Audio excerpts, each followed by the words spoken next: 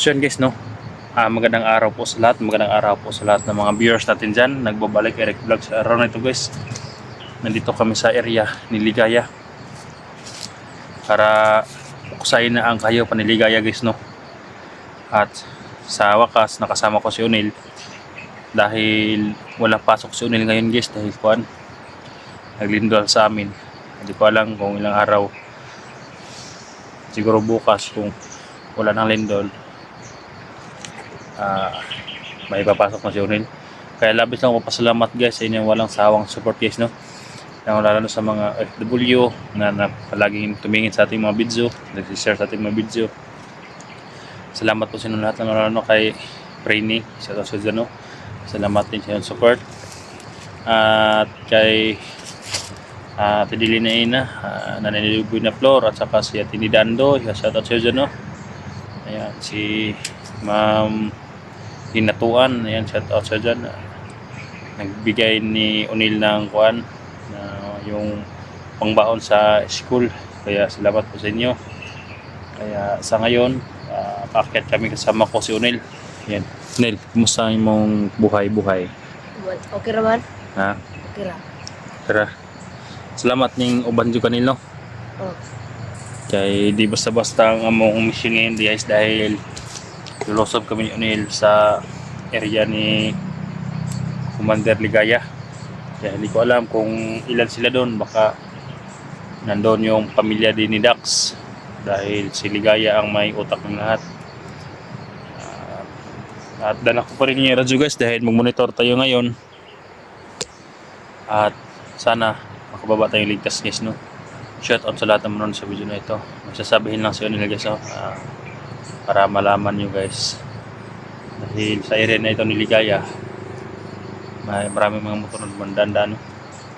Kaya Nil, masaya mong ka-istorya sa mga viewers. Salamat sa katong kanyan. Support mo sa video ni Kuya Eric. Pero na po dahil ko iingon. Ang kanina akong agimat katong nilakaw si Kuya Eric sa bukid. Nag-practice po ko nga na ako'y kuan. Pero karon ni gaya na kayo ang akong anting-anting. Malakas na malakas. Oh. Na ko'y anting-anting nga. Kuan kanang kaya na ko ipaunay ang kalaban. So guys, no, Bisaya yung pagkakunan sa translate ko sa Tagalog guys, no. Sabi nyo ni guys, yung binigay niya sa akin yung ispara ko, yung agimat pinahiram niya. Nag-practice yung gumamit ng orasyon guys na pwedeng yung kalaban, sabi niya guys sa Tagalog, yung Bisaya kasi yung pagkabigkas niya, sabi niya pwede niya yung kalaban na orasyon na niya guys, tapos yung kalaban na yung bumar sa sarili.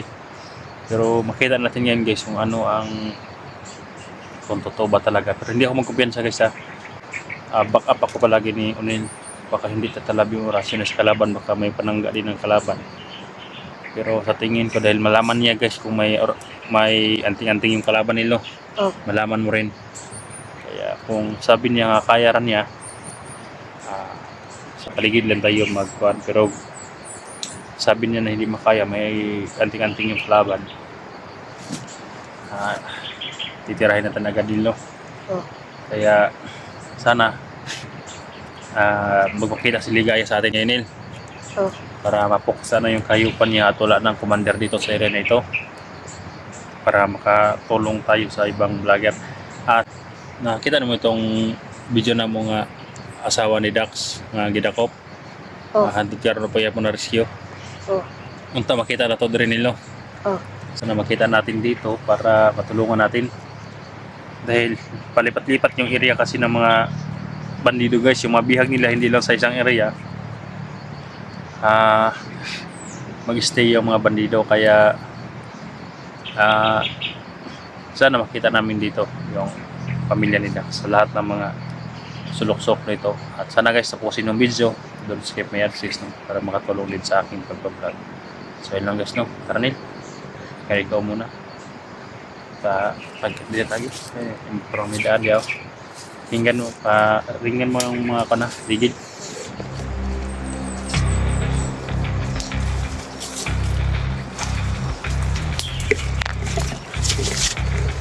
nasama natin si Unil guys dahil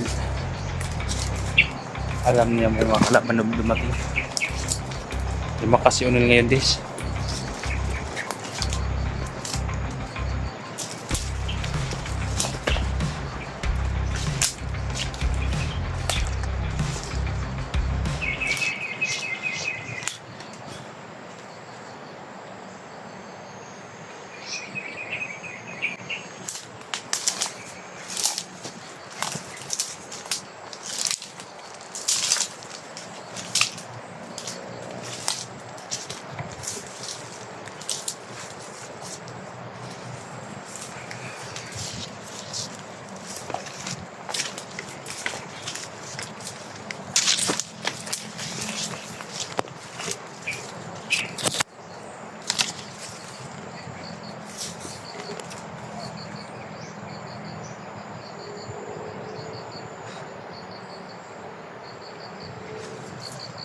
Hindi ako nalitik.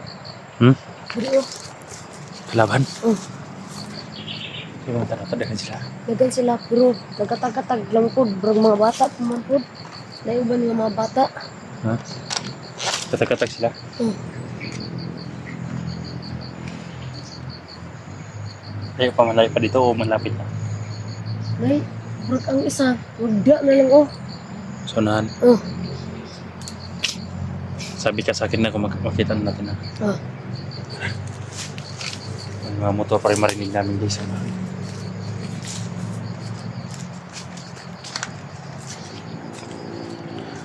Sabi nyo guys, may armado doon sa unahan. Sabi ko marami pa. Isa, kung sa nagkakibulay-bulay isa daw sila.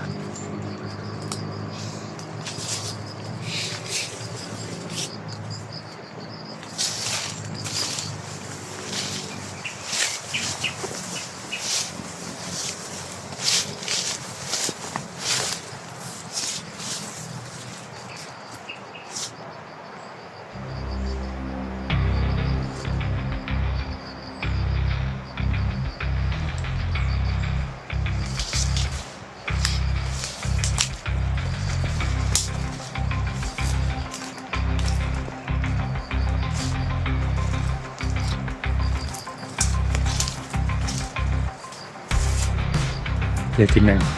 Yan. May kalaban. Ay, ito.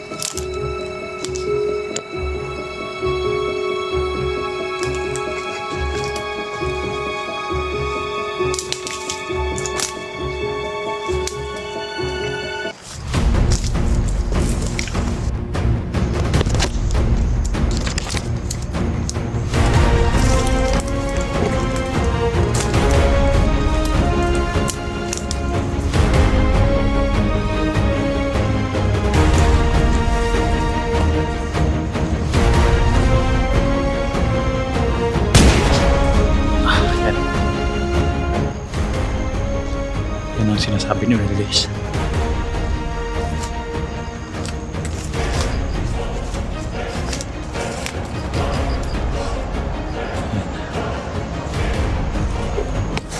Nagpintig yung kalaban guys. Ako nung titiwasan ko na baka mabuhay pa yan. Thanks lang.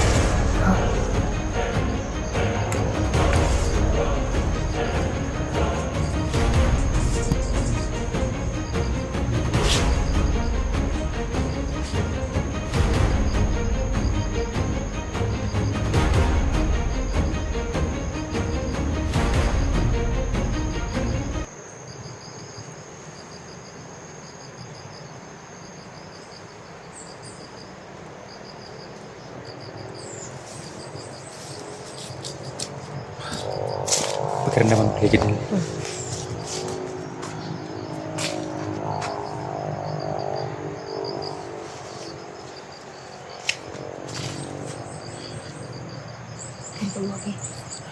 Ito mo din. Makita dyan. Hmm.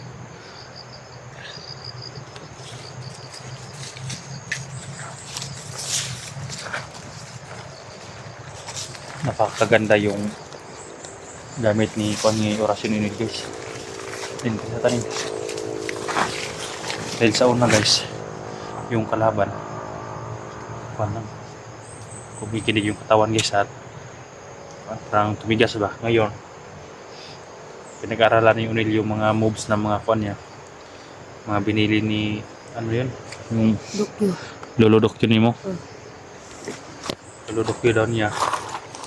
Nag-aralan niya yung mga bilin sa kanyang luludokyo na yung panang guys ba, yung magbigti yung kalaban. Nakita niyo sa kanina guys, habang maganon-ganon si Unil, pag ganon sa kalaban, hindi nakaputok. Tapos patuloy ni Unil guys. Ayan, nagbigti yung kalaban. Napakaganda yung Unil, yung gamit niya ngayon. Kaya medyo nanghina ka rin. Ha? Pero kaya ra. Ayara. Karang paligid ha.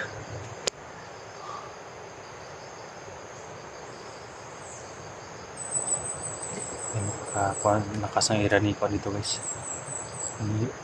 Sana masagupan natin siya dito para mapatay ni Unil. Walang kaya sila guys mo no? Oh. Ha? Oh. Nagnigahin na mo karon kay giaran na ko tong unsaon to mo paunay. Tigas na ka karon. Oh. Lakas na ka. Sabi niya Unil guys, malakas daw siya kayo. Dahil alam na niya kung paano patayin yung kalaban na walang hirap-hirap. Hindi pa ka masyadong marunong magtagalog.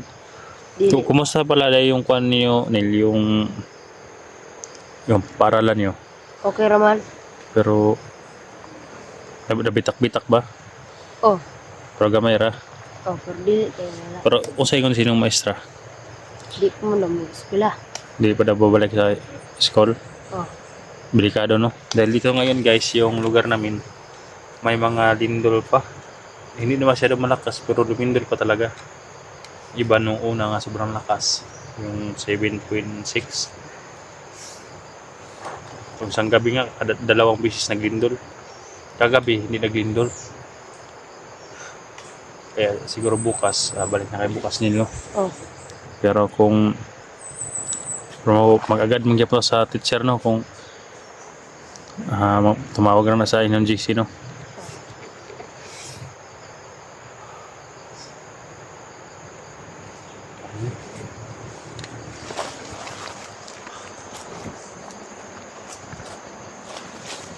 Kanang pa na. Secure na yan.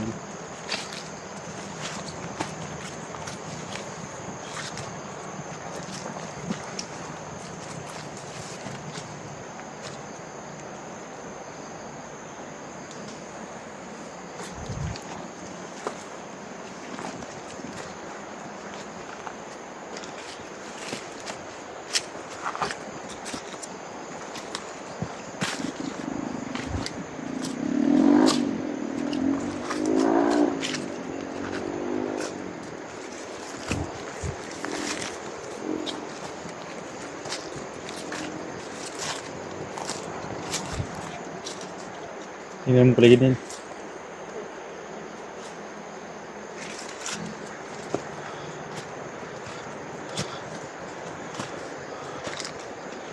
Hello pare, hello. Kamusta itong area na pare?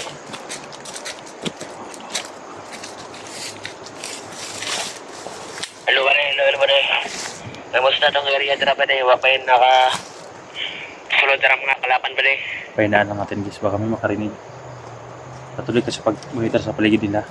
Monitorin mo paligid. Sasagutin natin. Kay si Commander Lagaya na kuhan. Nakadakop tapos siya bihag, napon tayo bihag, tulo ka buok. Kuhan, kapmay bata, napon tayo bihag. Nakakuha na daw sila ng 3 bihag naman Anong guys. area niyo dra pa de? Okay na ba na dra atong area dra? Wag ba yan nakasunod mga kalaban? Sagutin natin guys, ibahan ng boses. Wala naman ba rin? Wala ba rin? Wala nakapasok na kon dito? Na kalaban? Sige, maayo. Basta panawag lang kung laban ba day kay kanatong ireliyaron kay murag delikado jud doon kay sa mata na ron kay napatay na dapan mga bihag kasi muatak ang mga sundalo dire ba mga militar, mga pulis. Sa panawag lang jud ba day kung nakay makita ng mga pulis dire kay nahibalan ni Commander Ligay nadoy mospidahe ng mga kwan riya kay nay naka-report pa nga nadoy bihag. Oh, sige ba rin? Ako rin bahala rin ba rin? Abang-abang sa mga vlogger. Sige ba rin? Tawag lang kabalik na ba rin? Sige ba day? Kuan lang ako ani. Nag-ingon ra ko nimo nga bantay lang gid ha. Panawag lang ba day kung may kalaban. Sige ba rin? Sige ba rin? So yan eh. Kailangan tayo mag-ingat din. May mga packet daw sabi nila. May bihag daw si Commander Ligay na packet 3 bata. Sana ma-rescue natin agad.